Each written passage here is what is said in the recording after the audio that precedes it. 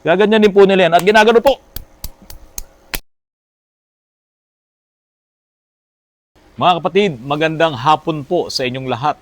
Meron po kasing nag-comment po sa akin at ang sabi po niya, Sir Ranz, I'm from Dagupan City, Pangasinan. Isa po ako, subscriber mo. May request sana ako minsan mag-vlog ka rin ng schematic diagram ng oil pump circuit or crankshaft sensor, ignition circuit, yung 2-in-1. Kahit explanation or konting theory. Sana po mapansin nyo po. Salamat. Ngayon mga kapatid, baka hindi nyo mag-gets yung message po ni Sir J. Shapno tungkol doon sa mga diagrams. Ngayon, bibigyan ko po kayo ng explanation kung paano ginagamit ng isang mekaniko yung mga diagrams po na yan. So, syempre, napaka-importante po na gagamitin mo muna ang scanner. Kasi yung scanner, kapag yan ay naka-scan ng DTC, yung Diagnostic Trouble Codes na scan niya yun ngayon ang magsasabi kung ano yung problema ng iyong makina. Halimbawa, katulad po nito, papakita ko po sa inyong na-scan po doon sa ginagawa naming Montero. Ang error po niya ay P0642. Babasahin ko po sa inyo. Mitsubishi codes indicates the sensor reference voltage A circuit low. Meaning, the ECM, PCM detects the 5-volt reference signal for a specific sensor is below its normal operating range. Or many Mitsubishi models, this is specifically linked to the throttle position sensor, power supply. Ngayon mga kapatid, may sinasabi dito na yung 5 volts reference ay mababa or pwedeng wala doon po sa sinasabing P0642 na error code. So ngayon, kung hindi ka gagamit ng scanner, hindi mo malalaman na mayroon palang error ang iyong engine. Pero kadalasan po, yung mga ganitong klaseng error, ang mararamdaman nyo po dito ay pwedeng hindi mag-start ang inyong engine. Kasi yung 5 volts reference po na yan, halos iyan yung supply doon sa lahat ng sensors po na nasa ating makina. Kaya kung mawawala yon, hindi gagana yung mga sensors, hindi rin mag-i-start ang iyong engine.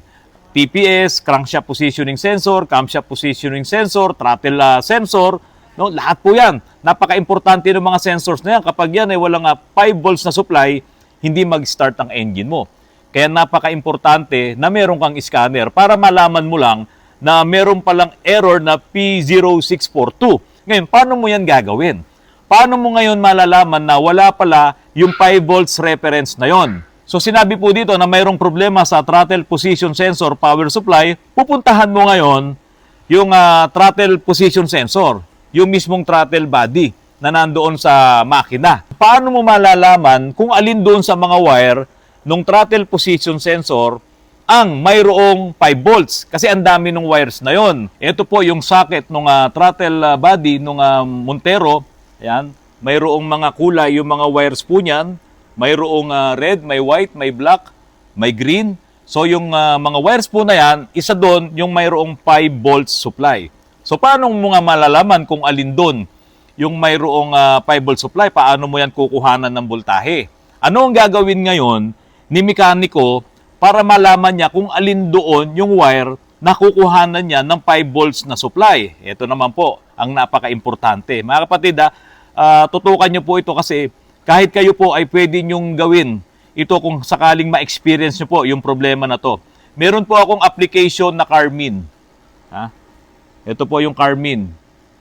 Ayan. So lahat po ng mga modelo ng sasakyan, mapa-hybrid, mapa-electric vehicle, pati yung mga sasakyan ngayon na ICE, internal combustion engine, at hanggang yung mga 90s model pa ng mga sasakyan, ay narito po, iba't ibang brands ng mga sasakyan.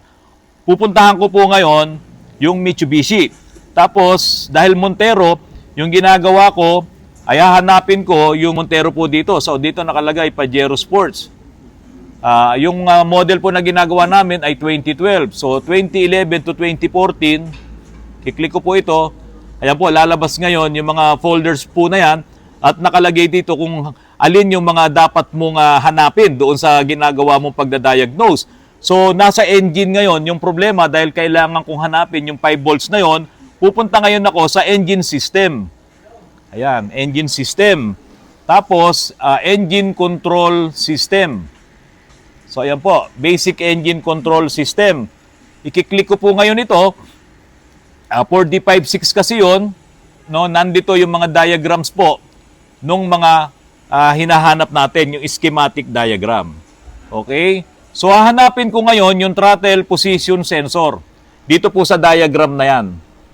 Okay? Ito pong diagram na to, makikita dito yung electronic controlled throttle valve. At dito po sa electronic controlled throttle valve, meron siyang 6 na wires. 1, 2, 3, 4, 5, 6. Mayroong white, mayroong red, mayroong blue, mayroong green, blue, at green. So yung dalawang green na magkatabi kanina na pinakita ko sa inyo, green with blue stripes. So hahanapin mo ngayon sa diagram kung nasaan yung 5 volts. Ayan, papakita ko po sa inyo dito sa 5 wire na to, yung white na wire. Ngayon, doon sa throttle body na yon, sa throttle valve, mayroong tayong nakita doon na white na wire. Ito, pakita ko ulit sa inyo. Ayan, no? Merong white dyan. Dapat yung white na yan, meron pala siyang 5 volts. According dito po sa diagram na nakita natin, yung schematic diagram nung engine po nung Montero. So ngayon, kailangan tutukan mo yan ng digital tester, wag test light, wag analog tester, kailangan digital tester para makuha mo ngayon yung 5 volt supply na yan. Kapag wala kang nakuhang 5 volt supply dyan, ibig sabihin, may problema yung iyong computer box or yung iyong wiring harness. Halimbawa, doon ka muna kumuha ng 5 volts sa mismong wire doon sa socket. No, ito po, kinuhanan mo ng 5 volts, yung color white na yan. Wala kang nakuha dyan, posible rin na yung wire na papunta doon sa computer box ay mayroong putol. Kaya ang gagawin mo ngayon, kukuha ka ngayon ng positive voltage na 5 volts doon mismo sa socket, doon sa computer. At para makuha mo yung 5 volt supply po na yon, kailangan naka-ignition on. No? Hindi pwedeng naka-accessories lang or patay ang susi. Dapat naka-ignition on ka. Kapag wala ka pa rin nakuha na 5 volt supply doon sa computer box, doon sa socket niya, yun na. May problema po ang iyong computer box. Doon pa lang malalaman nyo na yung problema sa pag-scan. Kaya lang, kung wala kang pagkukuhanan ng schematic diagram at wala kang application, yung Carmin, at wala kang scanner, hindi mo talaga magagawa yung problema po nung sasakyan na ito. Kaya marami po ang nahihirapan na mga mekaniko kasi talagang importante kapag ka may mekaniko ka, magre-repair ka ng mga modernong mga sasakyan ngayon na electronics, kailangan talaga mayroon kang background sa electronics. Yung pagbasa pa lang ng schematic diagram, yung mga makikita natin dito sa diagrams po na to, may resistor, may capacitor, no? To pakita ko sa inyo. Yung mga diagrams po na to, ayan, kapag hindi mo alam yung mga nakasulat diyan, yung mga nakadrawing diyan, na yung mga ganun-ganon, resistor. Kapag capacitor naman, meron ganon, tapos so negative positive yon, capacitor, no? Yung mga importanteng piyesa na yon, dapat alam mo kung magre-repair ka ng mga sasakyan na electronics. Yung mga batang nag-aspiring na mekaniko ngayon, napaka-importante, may background ka talaga sa electronics. Wala namang masama na mag-take ka rin ng vocational course sa electronics kasi napaka-importante nun para magkaroon ka rin ng foundation doon sa gagawin mong trabaho na automotive mechanic. Hindi na po ordinaryo ang trabahong automotive mechanic ngayon. Napakataas na rin po ng technology. Dapat ang skills mo talaga mataas na rin. Kasi hindi ka makakapagsabayan sa iba pang mas magagaling na mga electronic technician na automotive mechanic din kung hindi ka talaga mag-aaral ng electronics. Ito naman po ang susunod na comment po mula po kay Glenn Nepomuceno. Sir, pwede po ba gamitin ng scanner kahit walang engine trouble light sa panel? Salamat. Pwede naman. Kasi hindi naman lahat ng mga reading na hindi normal ay magkakaroon ng check engine. So, ano ibig sabihin nun? May mga reading kasi na makikita ka sa scanner kung marunong kang gumamit ng data stream, makikita mo yung comparative standard doon sa actual, no, doon sa stream na nakikita mo sa actual data, kung yon ay nakamatch doon sa standard na range. Ngayon, kung marami kang makikita ron na pumupula or hindi talaga makatapat doon sa standard range na yon, ibig sabihin nagkakaroon ka na ng problema doon sa mga pyesa na yon. Doon sa mga operation ng bawat sensor siguro or pyesa na nare-read mo ngayon sa scanner. At magkakaroon ka rin ng idea na kapag bigla na lang nagkaroon ka ng check engine, yun na yun. Halimbawa, yung ECT mo, yung electronic coolant temperature, no? Kapag ka malamig pa, iba ang reading noon, at kapag ka uminit na, iba rin ang reading noon. Pero kapag ka iba, hindi normal yung reading niya, kapag mainit na, nagluluko na posible ang iyong electronic coolant temperature sensor. So marami po yan na pwede mo talagang magamit yung scanner na mayroong data stream. Ang susunod po ay galing po kay Mars Stan. Good evening, Sir Randy. Ang linaw po ng explanation nyo. Sir, tanong po ako sa Honda Civic FC. Ano po maganda, repair o second-hand alternator? Honda Civic FC, thanks. Ang mas maganda po talaga, bumili ng bago or bumili ng surplus. Kasi itong mga electronics na yan at electrical na pyesa ng ating mga sasakyan, kung i-repair yan, halos karamihan ng nabibiling pyesa na para ipang-repair mo dyan, kung halimbawa sa alternator, nasira ang IC, ito may alternator ako rito, alternator to ng Honda Accord, ito po ay galing kay B-Series Auto Parts, kay Boss Marlon, kaya makikita nyo pag surplus, may mga pintura dyan, hindi mo pwedeng buksan. Kasi pagka nawala yung pintura or nagkaroon niya ng senyalis na ginalaw mo, pinihit mo yung tornilyo, hindi na nila yan papalitan. Kung mayroong pambili ng brand new, bibili ako ng brand new. Pero dahil sa tagal ko na rin na bumibili ng mga pyesa dito sa shop, pag talagang walang pambili ng bago, yung mga customers po dito, ay lumalapit tayo sa mga kaibigan natin ng mga suppliers. At kapag Honda nga ang pinag-usapan, B-Series Auto Parts po, diyan po sa Banawe, no? At bibigyan ka talaga niya ng magandang pyesa, magandang surplus. Meron po akong ginagawang Camry ngayon, 2008 Toyota Camry, nasira naman po ang starter. Ito po, kadarating lang din, galing po ito sa B-Series Auto Parts. Hindi ko na pinagawa yung starter kasi hindi naman ako talaga nagre-repair ng starter dito sa shop. Ipinapasa ko lang yan dyan sa mga nagagawa dito sa labas. Kaso, wala namang mabibiling pyesa na sira nito, yung kanyang Bendix, no? So, bumili na lang ngayon ako ng surplus para sigurado po talaga na ito kapag ikinabit ko ay okay na. At nagbibigay naman ng warranty si Boss Marlon ng B-Series Auto Parts. At ito pa po ang susunod, PJ Bitantos.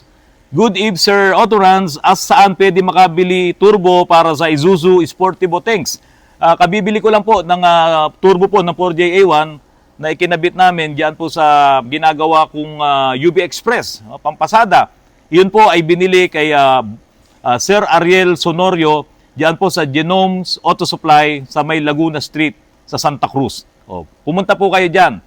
At or tawagan niyo po siya, ito po ang kanyang numero kapag kakailangan niyo po ng turbo, kahit na anong modelo ng sasakyan, kahit na anong klaseng turbo, ay tutulungan niya po kayo na maihanap niya kayo kung sakaling wala po siyang naka-ready na turbo para ibenta po sa inyo. Ariel Sonorio, Genome Auto Supply, diyan po sa Laguna Street sa Santa Cruz. Mga kapatid, napanood niyo po ba yung Police Major na nakabili ng sablay na sasakyan, yung Ford Ranger na galing po sa Bangga?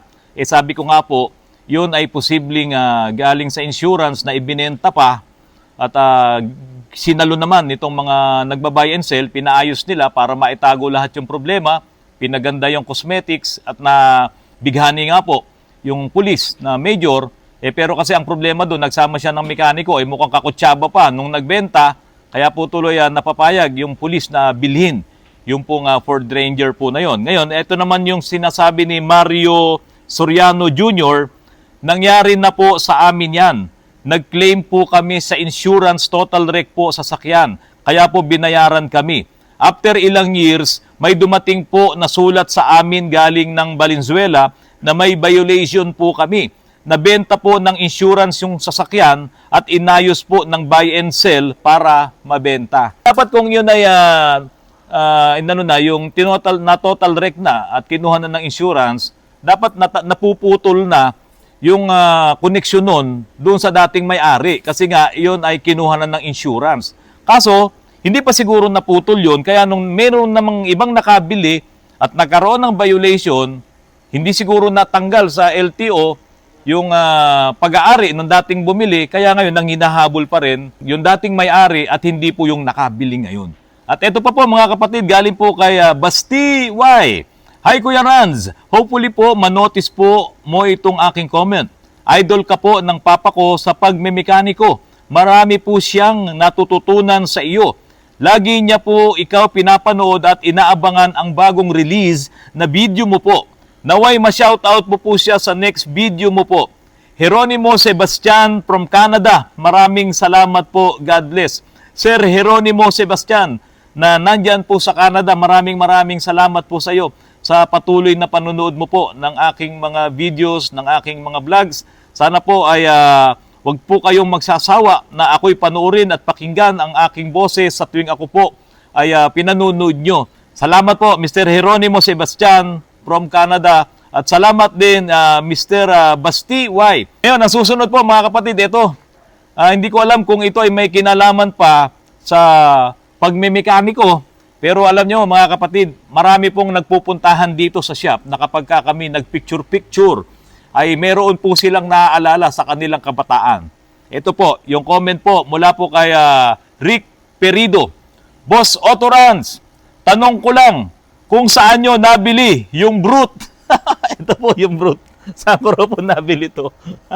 Ito po kasi, bata pa ako, ay nakikita ko nang ginagamit po ito ng tatay ko. Napakabango naman po talaga nitong brute po na ito.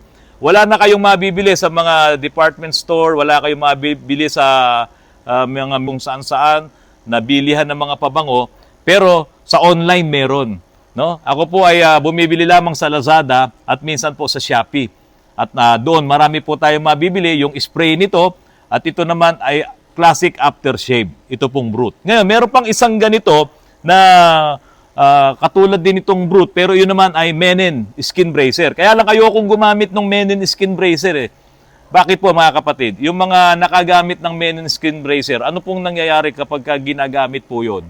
Sige nga po, pakicomment nyo nga po bago matapos itong vlog ko. Yung mga seniors po na subscriber po ni Otorans, kung kayo po ay gumagamit ng Mennen skin bracer nung araw, ano po ang mangyayari sa inyo kapag po ito ay ginagamit nyo? Oh, sige po, ano lang po kayo, comment lamang po kayo at medyo dadagdagan ko pa ng konting kwento. Yung tatay ko po kasi hindi lang yung skin bracer pati yung brute ang ginagamit niya, meron pa siyang pabango, yung Charlie. Oh, sino po nakagamit sa inyo ng Charlie? Napakabango din po 'yan. At yun namang nanay ko, ang pabango niya, Tatiana. Meron pa bang Tatiana ngayon? Paki-comment lang din niyo po kung iyan po ay mga nagamit niyo, yung mga pabango na yan. O, alam niyo na po kung ano mangyayari kapag gumamit ng Mennen skin bracer. Naku, may commercial po kasi ito eh. America wakes up with Skin Bracer.